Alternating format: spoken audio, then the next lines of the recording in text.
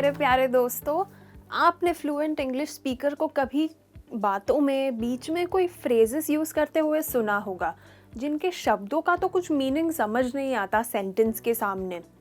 इसका मतलब है कि उन्होंने कोई मुहावरा या ईडियम कहा है। तो आज हम इसी की बात करेंगे। ईडियम्स की वजह से आप बहुत सारी बातें थोड़े शब्दों में कह सकते हो।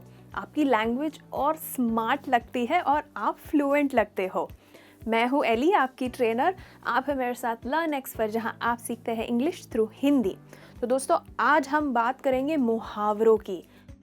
पहले कह दूँ, इनके शब्दों पे ना जाइए, इसका छुपा मीनिंग ढूंढिए या इसके छुपा मीनिंग समझेंगे हम। तो चलिए पहला इडियम देखते हैं। Cross that bridge when you come to it. आप सोचिए, आप किसी रास्ते पर चल रहे हैं और आपका दोस्त आपसे कहता है कि आगे का रास्ता कैसा होगा, जाने लायक होगा, टूटा हुआ होगा। तब आप कहते हो कि तब का तब देखा जाएगा यार, तो अब से क्यों चिंता करनी है। वैसे ही इंग्लिश में जब आप इसे यूज़ करते हो तब आप कहना चाहते हो कि तब का तब देखेंगे, अभी क्यों चिंता करनी है। तो इसको सेंटेंस में देखते हैं।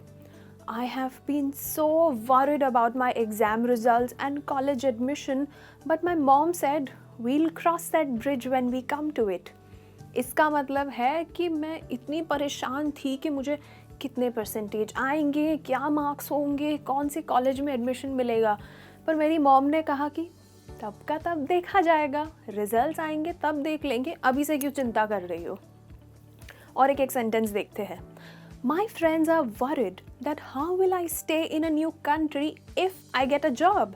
I told them I'll cross that bridge when I come to it. इसका मतलब है, मेरे दोस्त परेशान है कि अगर मुझे दूसरी कंट्री में जॉब मिल गई तो मैं कैसे रहूँगी। मैंने उनसे कहा कि पहले जॉब तो मिले, बाद में देखा जाएगा। चलिए और एक इडियम देखते हैं। Cry over spilt milk। तो दोस्तों, आप सोचिए कि आपने दूध उबालने रखा है और नज़र हटी, दुर्घटना घटी, दूध गिर गया। तो अब क्या कर सकते हो आप? रो के वो दूध अच्छा हो जाएगा या इस्तेमाल करने हो जाएगा? नहीं ना।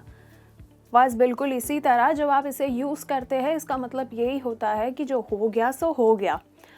मैं एक बात बता दूँ, स्पिल्ट के दो वर्ड्स है, दो स्पेलिंग्स है, SPILT, यानी कि ब्रिटिश इंग्लिश में उसको स्पिल्ट कहते हैं। स्पिल्ड ED के साथ अमेरिकन इंग्लिश में यूज़ होता है। तो चलिए अब इसको एक सेंटेंस में ट्राई करें। I should have bought that flat 2 years ago, but no point crying over spilt milk now. यानी कि मैंने वो फ्लैट खरीद लेना चाहिए था 2 साल पहले। खैर, अब पछता कर क्या फ़ायदा, तब नहीं खरीदा, अब खरीद लो। सोचकर सिर्फ BP हाई होना है। और एक सेंटेंस में ट्राई करते हैं इसको। दीपिका ने कहा, she stole credit for my work. तो करण ने रिप्लाई किया, I understand but don't cry over spilt milk now, be careful next time. तो दीपिका ने कहा कि उसने मेरे काम का श्रेय ले लिया।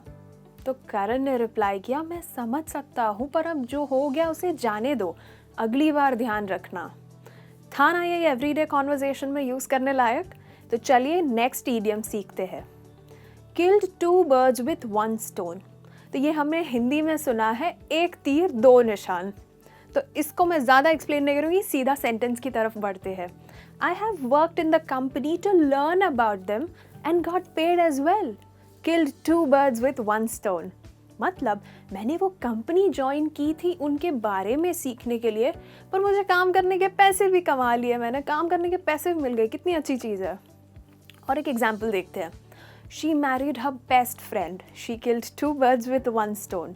ये बिल्कुल बॉलीवुड मूवी की तरह है। उसने अपने सबसे अच्छे दोस्त से शादी कर ली। तो 2 birds with 1 stone लकी है ना। चलिए अब अगला वाला इडियम ना दोस्तों बहुत इंटरेस्टिंग है। It's my favourite. Once in a blue moon.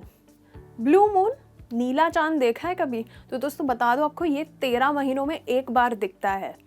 तो इसको तब यूज़ करते हैं जब कभी कभार दिखने वाली कुछ चीज़ या घटना होती है। तो इसको हम हिंदी में ईद का चांद कहते हैं, है ना। तो चलो इसको एक एग्जाम्पल में देखते हैं। I see you only once in a blue moon. इसका मतलब है, यार तुम तो मुझे कभी कभार ही दिखते हो या कभी कभार ही मिलते हो। और एक एग्जाम्पल देखते हैं। She wins the game only once in a blue moon. यानी कि वो गेम कभी कभार ही जीतती है। अब नेक्स्ट इडियम की तरफ पढ़ते हैं। Ball is in your court.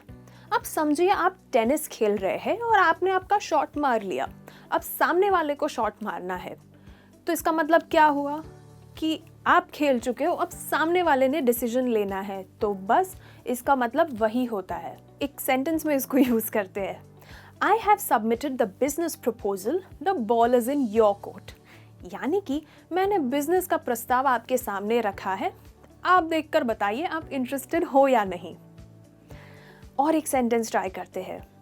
I have told you what I want for my birthday gift, the ball is in your court. यानी कि मैंने तो बता दिया कि मुझे जन्मदिन पर क्या तोहफा चाहिए, अब तुम सोचो क्या करना है। अब आपको लेके ही देना पड़ेगा जब ऐसा कोई कहता है। अब नेक्स्ट इडियम की तरफ बढ़ते हैं जो बहुत ही आसान है, यानी कि पीस ऑफ केक। तो दोस्तों केक खाना तकलीफ वाला या हार्ड चीज़ नहीं होती, बिल्कुल आसानी से खाया जाता है। तो बस ये तब यूज़ होता है जब कोई चीज़ बड़ी आसानी से करी जा सकती है। हिंदी में सोचिए क्या कहते हैं उसे, बाएं हाथ का खेल। जैसे कि example, singing is a piece of cake for some people. यानी कि कुछ लोगों के लिए गाना बहुत ही आसान होता है, बाएं हाथ का खेल होता है, मेरे तो नहीं है। और एक सेंटेंस देखते हैं।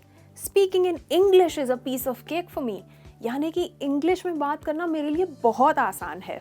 बहुत जल्द दोस्तों आप भी यही कहेंगे। चलिए अगला इंटरेस्टिंग इडियम देखते हैं। Taste of your own medicine. तो सोचिए अगर आप किसी के साथ कुछ बुरा करते हैं और आपके साथ भी वही होता है, तो आप कहते हैं जैसे को तैसा मिला, या जैसे किया बस वैसे ही हुआ, है ना। एक एग्जाम्पल में देखते हैं। She keeps doing this to others, soon she will get a taste of her own medicine. वो दूसरों के साथ ऐसा ही करती रहती है, जल्दी उसके साथ भी ऐसा ही होगा। थे ये आसान? अब नेक्स्ट इडियम की तरफ बढ़ने के पहले मैं कहूँगी आपको कि ये आप जनरली हिंदी में इसको यूज़ करते हो। आप कहते हो नाम लिया और शैतान हाजिर। तो इसको इंग्लिश में हम कहते हैं speak of the devil and the devil is here. तो एक सिचुएशन में देखते हैं कि मैं अभी किसी से बात कर रही हूँ कि Mark was telling me all about his trip. Oh wait, speak of the devil. यानी कि मैं किसी से कह रही हूँ कि मार्क मुझे उसकी ट्रिप के बारे में बता रहा था और तभी नज़र पड़ी और मार्क आ गया, तो मैं कहती हूँ wow the devil is here. और एक तरीका देखते हैं जिसमें आपको पूरा सेंटेंस यूज़ नहीं करना है, जैसे speak of the devil, devil is here. सिर्फ स्पीक ऑफ द डेविल भी काफ़ी फेमस है तो लोग समझ जाते हैं। जैसे कि I wonder what Arpita is doing, OMG speak of the devil.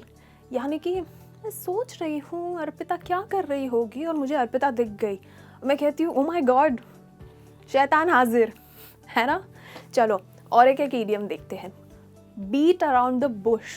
Hindi में हम इसे कहते हैं बातों को गोल गोल घुमाना। तो ये तो तब होता है कि जब आप डरे हुए होते हो या नर्वस होते हो, तो आप पॉइंट पे नहीं आते हो, गोल गोल घूमते हो। तो इसे एग्जाम्पल में देखते हैं।